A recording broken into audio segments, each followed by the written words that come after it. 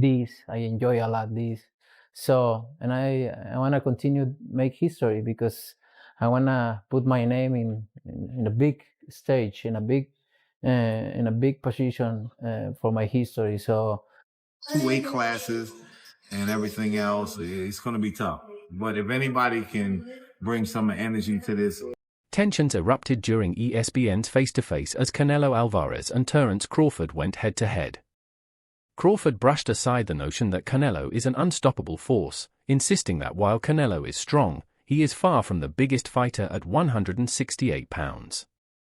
In Crawford's view, fans and critics exaggerate Canelo's size and power.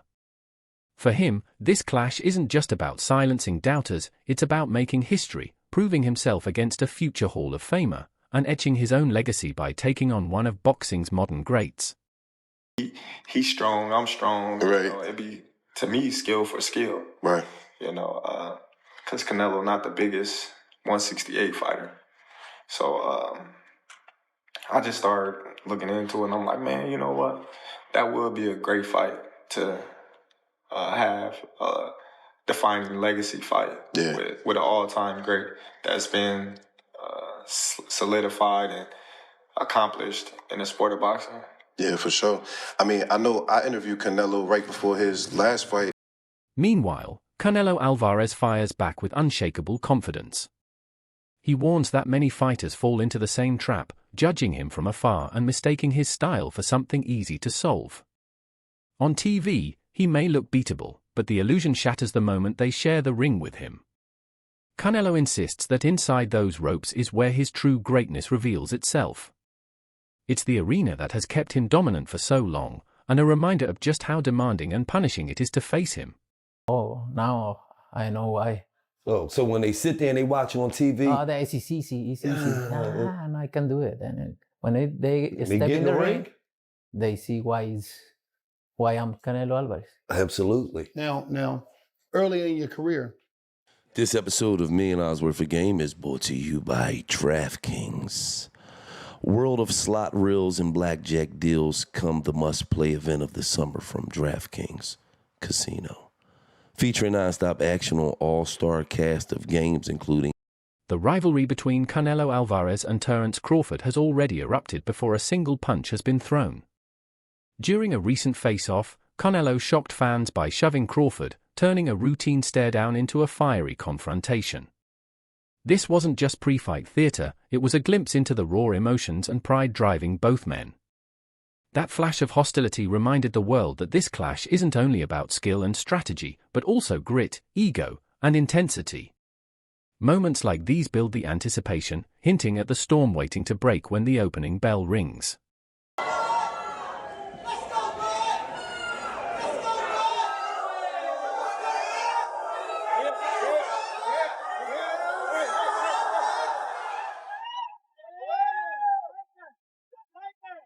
Terence Crawford has never shied away from his ambition to join boxing's immortals.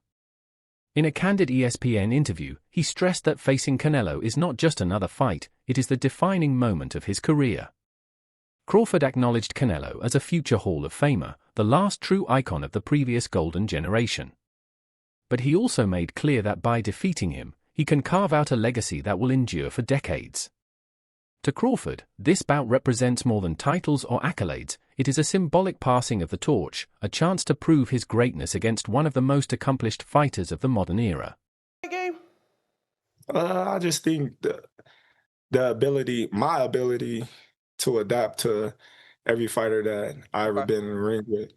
I think making my adjustments on the fly is a skill that benefits me in each fight. I 100% relate on that one, being able to be nimble. Now, obviously, we've talked about you moving up a weight class to fight Canelo. You've talked about the respect that you have for him. But what it is about his style and what he's been able to do that you respect the most?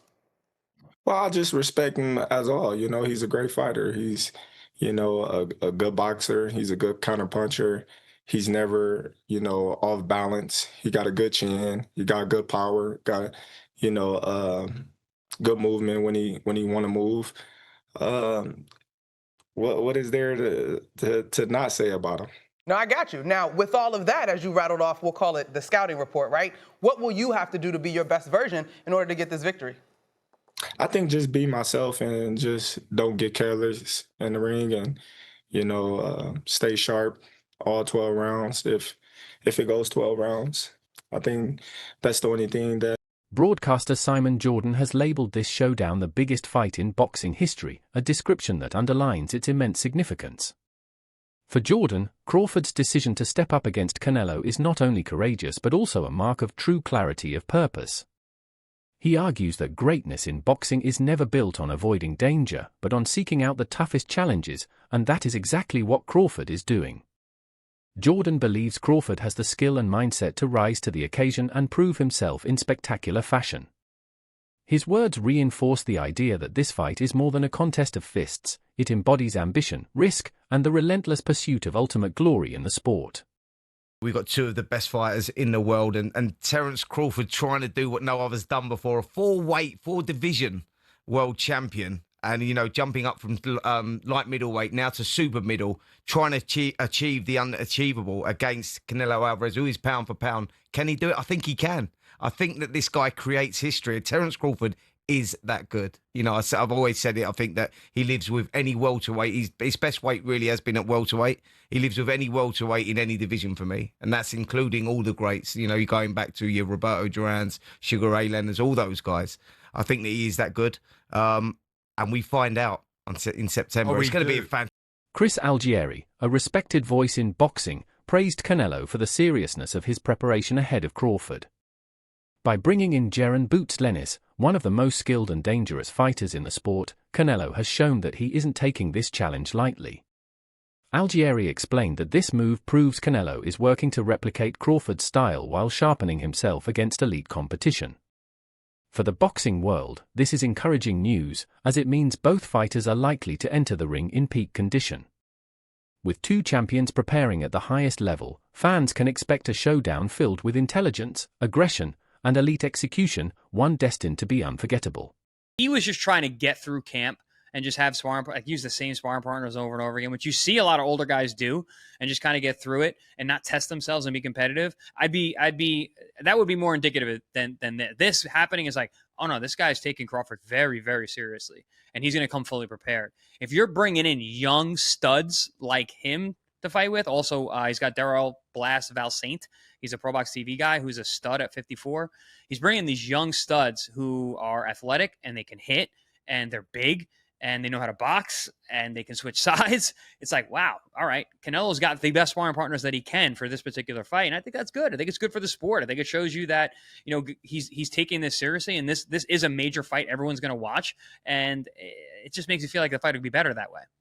Okay, I like that. What I didn't like was some of the takes that I saw from boxing Twitter, and I have to take those with a grain of salt.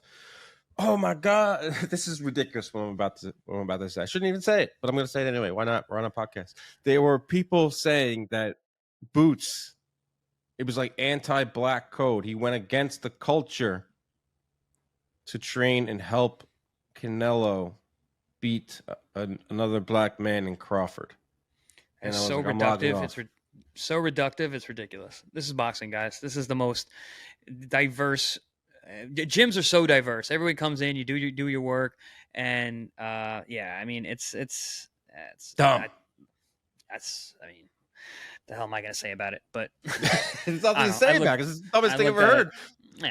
I look at it purely from a boxing standpoint. And, right. Like, what does Boots owe to Crawford? They're like rivals. They're supposed to fight each other. Are they friends? No. If it was like a friend and it was like his cousin or something, or like it was like a training close partner, partner, close friend. Yes, then you have a juicy little narrative here, a little nugget piece of drama. No, this is just a guy who's looking to be good, to be great. If you're Boots Ennis and you get the call from Canelo, like you're taking that, bro. Like that's like training with an all-time great. You're trying to get better. Iron sharpens iron. Don't know why we're giving that any light, but I think it's cool because I've said this for a while now, and ever since we linked up on the pod, I kind of understand fighters a little bit better and understand how you guys think and what you guys do. During a podcast appearance, Sean Porter and the host discussed the unique challenge Crawford faces in this fight. They acknowledged that Crawford may not be the biggest fighter physically, but but his skills more than make up for any size disadvantage. Porter highlighted Crawford's intelligence, timing, and adaptability, qualities he called rare in today's boxing scene. These attributes, Porter noted, are what have allowed Crawford to dominate across multiple weight classes, and he believes they'll be on full display against Canelo. For Porter, questions about size become irrelevant when Crawford's complete arsenal of skills is taken into account, which is why he anticipates an outstanding performance from him on fight night.